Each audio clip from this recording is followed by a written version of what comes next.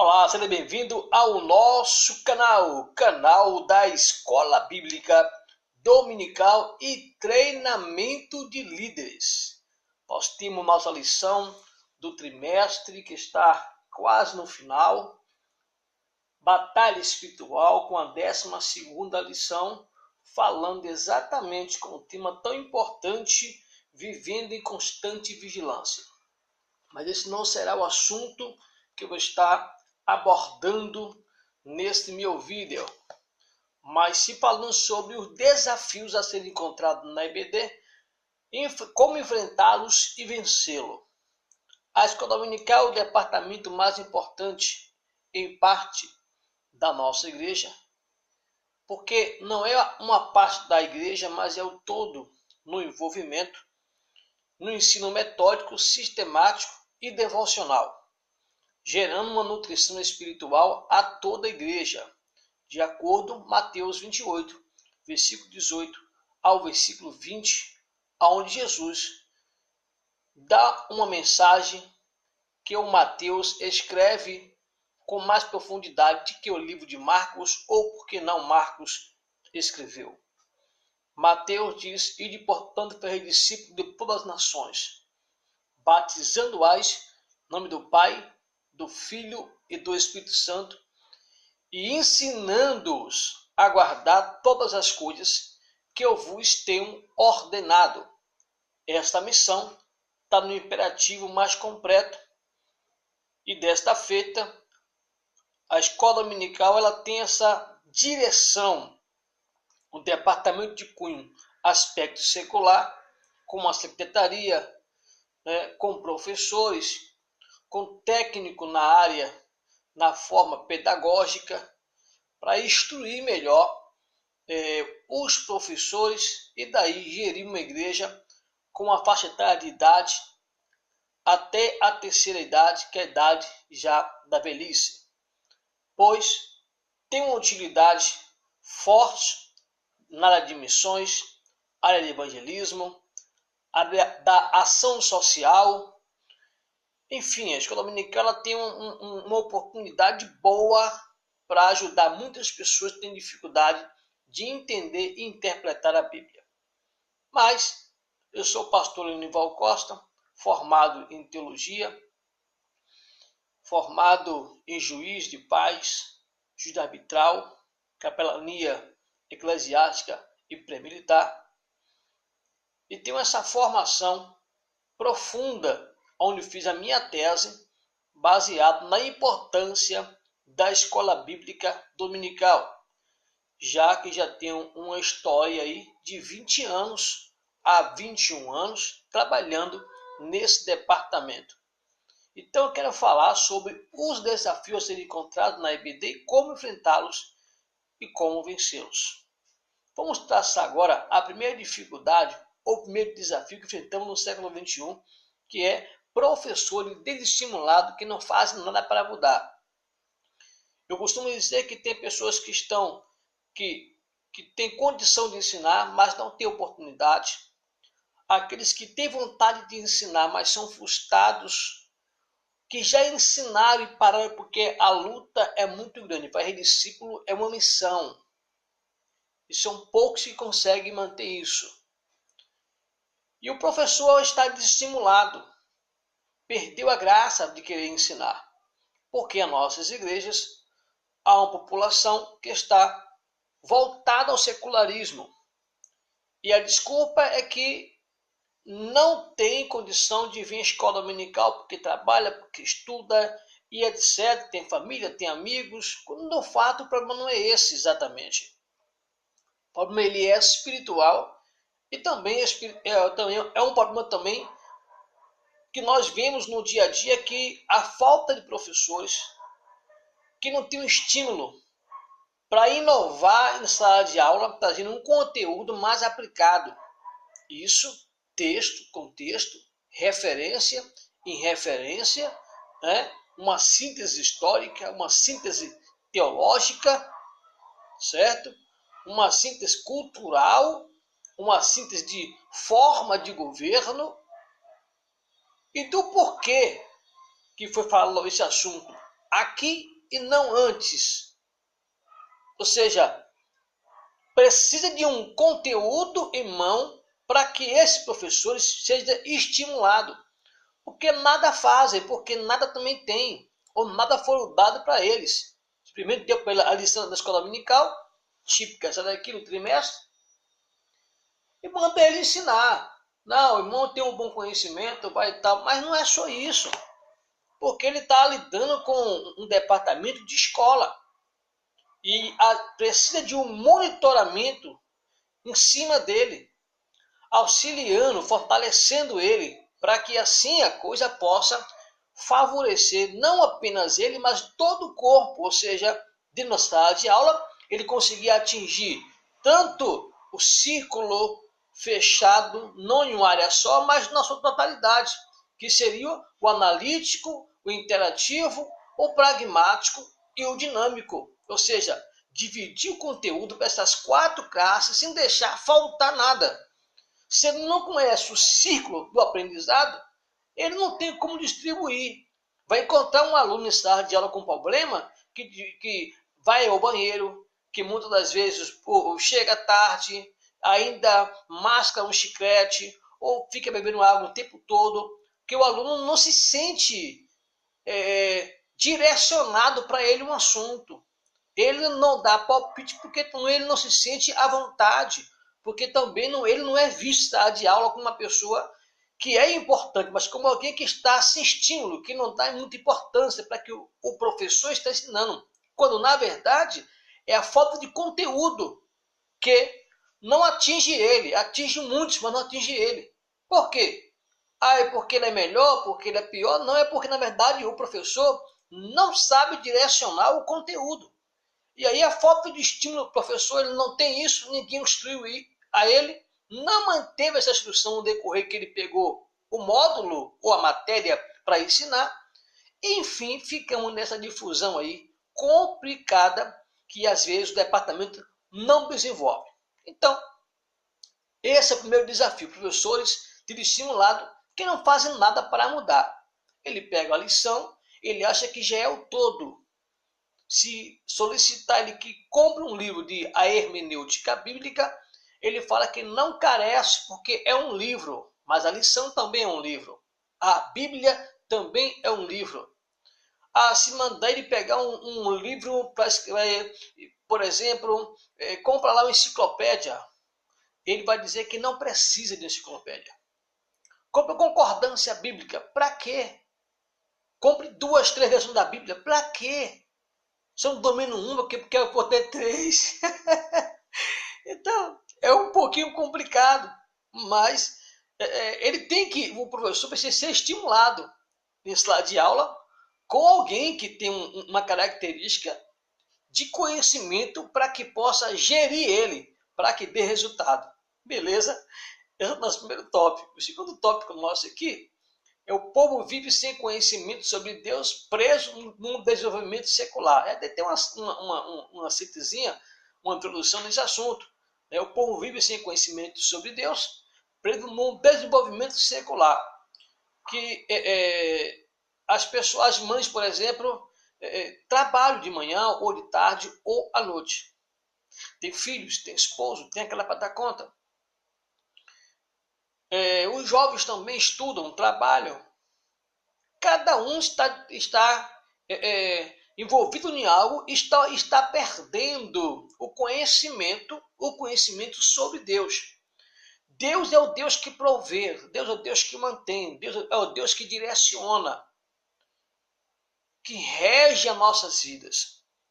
E quando essas pessoas não conseguem ver isso, alguém tem que tomar parte desse conteúdo e dizer, não, vamos lá, vamos tentar modificar isso aqui. Vamos tentar tirar esse problema, esse desafio que o povo vive sem conhecimento de Deus, preso num desenvolvimento secular, buscando todos os métodos para viver bem, mas longe de Deus. Então, você tem uma oportunidade de vencer isso. Ou nós vamos vencer esse obstáculo para ensinar a palavra, ou nós vamos ficar sempre naquela desculpa. não dá certo. Já tentei, não consegui, tá difícil. Aqui parece que a coisa não anda. Eu passei por um trabalho religioso, uma época, e aonde me disseram que naquele terreno da igreja tinha uma cabeça de boi enterrado. Disseram que não ia dar certo, não. Não, aí não vai funcionar, aí não vai dar certo. Esse negócio aí não vai funcionar, não vai para frente. Já vieram outros, tentaram, não deu certo. Essa era a ideia que tinham. Eu dentro de mim dizia, Deus, o Senhor mandou para aqui, vai dar certo. Não, vai dar certo. A coisa vai acontecer. E deu certo. O trabalho cresceu, desenvolveu. Porque a minha vocação estava acima do que eu ouvia. A minha convicção estava acima daquilo do que me falavam. Ou seja, eu tinha um alvo. E o meu alvo estava dentro de uma direção guiada por Deus. Ou você consegue introduzir o conhecimento na mente do povo para que ele possa viver o secularismo sem intervir na organização, no conhecimento espiritual que vai valer a ele mesmo, vai ficar difícil você manter o departamento vivo. Beleza? O nosso terceiro desafio a ser encontrado e venceu na IBD é sermos criticados porque aprendemos pouco, quando na verdade os pensamentos são diversos e multidisciplinares. Um exemplo disso é que, se você for pegar uma Bíblia hoje traduzida, você tem que procurar ver uma Bíblia também corrigida. Uma revisada, uma atualizada, uma contemporânea, na linguagem de hoje, porque com o decorrer da história há uma mudança no português e precisa que isso seja avaliado e mudado automaticamente. Beleza? Então, você precisa saber que nós somos criticados porque aprendemos pouco, mas a realidade é que os pensamentos são diversos e muitos disciplinares. Vamos usar o exemplo de João capítulo 14. Lá diz, não se turbe o vosso coração, crede em Deus, crede também em mim. Na casa de meu pai há muitas moradas. Se não fosse assim, se não tivesse muitas moradas, aí eu teria dito, vou preparar um lugar. E se eu for, eu voltarei e levarei vós para mim mesmo. Para mim quer que eu estejais vós também. O texto não está falando que Jesus foi preparar lugar, ou que tinha muitas moradas, ele foi agora preparar, ele foi fechar lá no céu, dizer, pai, está aqui, pode liberar as moradas. Não foi exatamente isso que o texto está narrando. O texto diz, na casa do meu pai há muitas moradas. Se não tivesse, aí eu vou teria dito lá atrás, que eu estaria indo preparar os lugares. Ou seja, o lugar já existia, estava tudo pronto. O discípulo estava duvidando do mestre em relação à sua transparência, já que ele ia ser levado para a glória e deixaria de lá sem nada. E o mestre, já que vocês estão meio encabulados, achando que estou deixando vocês, vou afirmar a vocês o seguinte, na casa de meu pai há muitas moradas. E digo mais, se não tivesse, lá atrás eu teria falado. Então há 3 tipos de verbo em João 14. Há o verbo presente, há um verbo passado e há um verbo futuro, ligado ao presente. Então, ou a gente consegue ver desta forma, ou vamos ter problema. Ou seja, tenta pegar esse texto agora e pergunta numa escola dominical, pergunta talvez até em um culto de doutrina, uma suposição, pergunta a algumas pessoas que lêem a Bíblia. Eles vão dizer que Jesus foi preparar lugar nesse texto, quando na verdade o texto não está falando isso. Ou seja, o que é que envolve os pensamentos diversos e multidisciplinares? Porque dizem que nós aprendemos pouco, quando na verdade é porque o assunto é abarrotado, é uma sistemática, doutrinárias, costumes, uma teologia livre, sem sem intervenções de pensamento, de congregações de oposição. Cada um guia um caminho. Aí você fica, o que é que está acontecendo? Porque nós somos criticados, que aprendemos pouco. Na verdade, os pensamentos são diversos e multidisciplinares. E para poder manter isso, ou o professor, ou o coordenador, ou o diretor, ou aquele que administra a escola dominical, ele tem que ter uma noção geral do campo que ele está desenvolvendo dentro da sua denominação. Onde é que ele está focado? Nos pensamentos multidisciplinares? Ou ele está apenas focado em um ponto apenas isolado, que pode complicar ele lá na frente com uma pergunta mais forte dentro da disciplina ou fora dela no início de uma aula ou no final dela? Então o professor tem que estar habilitado, abarrotado de conhecimento com a direção espiritual. Paulo diz: crescer no conhecimento e crescer na graça. O livro de Oséias diz: prossegamos em conhecer ao Senhor. Salomão diz que a sabedoria edificou a sua casa. A palavra de Deus, ela é cheia de sabedoria. Mas Deus deu um círculo de 5 cadeias temáticas para manter a igreja viva. Efésios 4, versículo 1. E uns ele deu para apóstolos, outros para evangelistas, outros para pastores, profetas e mestres. Ou seja, esses mestres formados na igreja é um ministério. Quantos querem fazer teologia e não conseguem fazer? Quantos que começam e não terminam nem um curso básico? Porque vê que, na verdade, não chegou o tempo. Entende? Não chegou o tempo. Porque nem todos que fazem o curso de teologia vai ser um obreiro, vai ser um pastor. Correto? Porque o católico faz teologia. O espírita faz teologia. Certo? Até o sistema secular faz teologia. Na matéria, aprende teologia. Ou seja, mas nem todos são pastores, nem todos são obreiros. Então, o enriquecimento desse conteúdo é você saber que você precisa aprender no tempo de Deus. Se é ter conhecimento, no tempo de Deus, baseado no seu chamado, baseado naquilo que você sentiu que Deus está te impulsionando a fazer. Aí você vai buscar agora o conteúdo, o conhecimento prático e teórico, quando Paulo fala para Timóteo: procura apresentar-te a Deus como obreiro aprovado, que não tem do que se envergonhar, mas que maneja bem a palavra da verdade, e que inspira o episcopado, excelente obra deseja. Certo?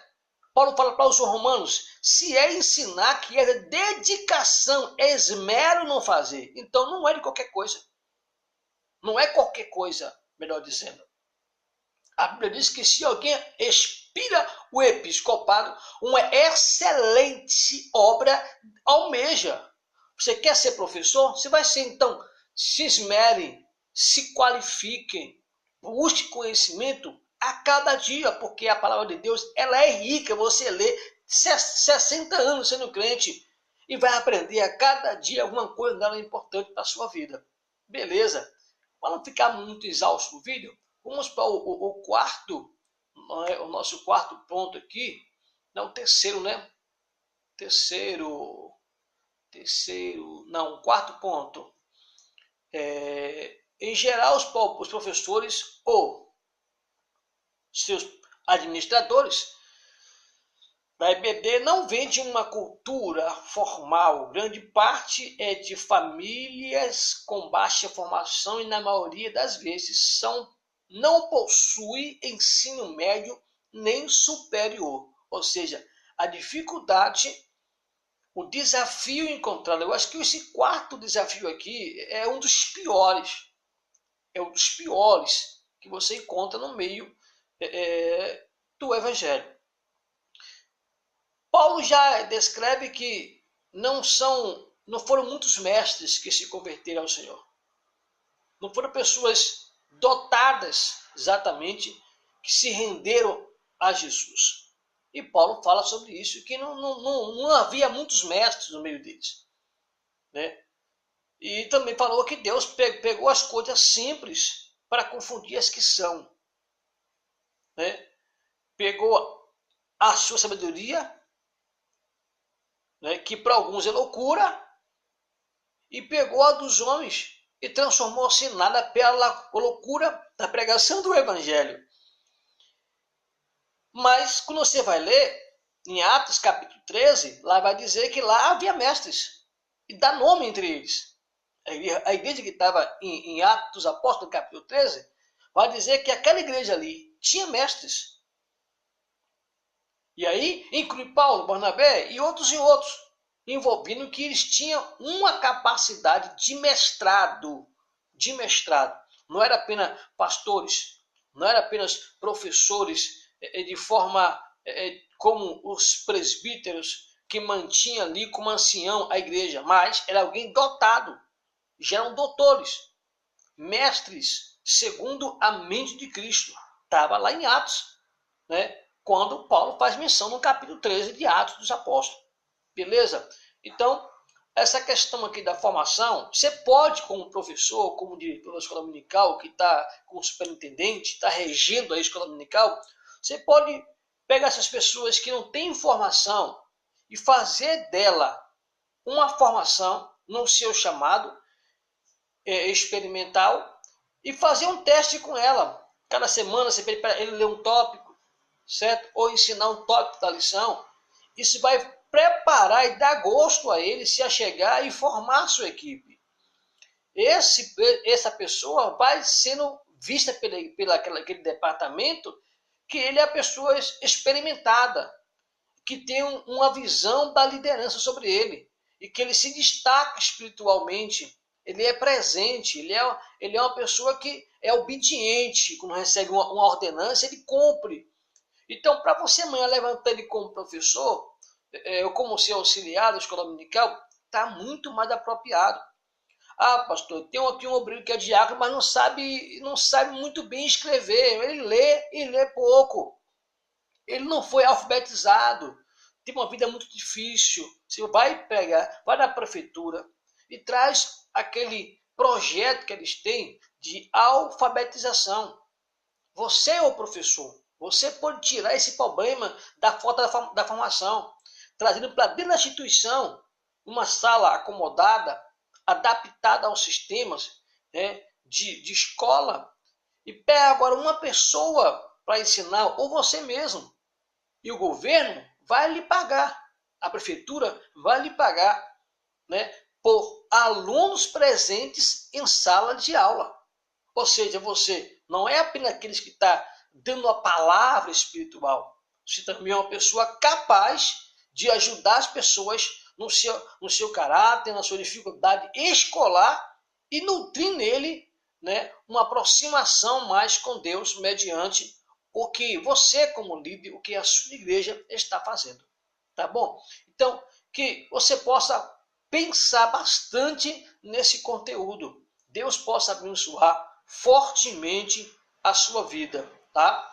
E aqui nós ficamos com mais um vídeo aula falando um pouco sobre os desafios da escola dominical, como enfrentá-los e vencê-lo, tá bom? Deus abençoe a sua vida.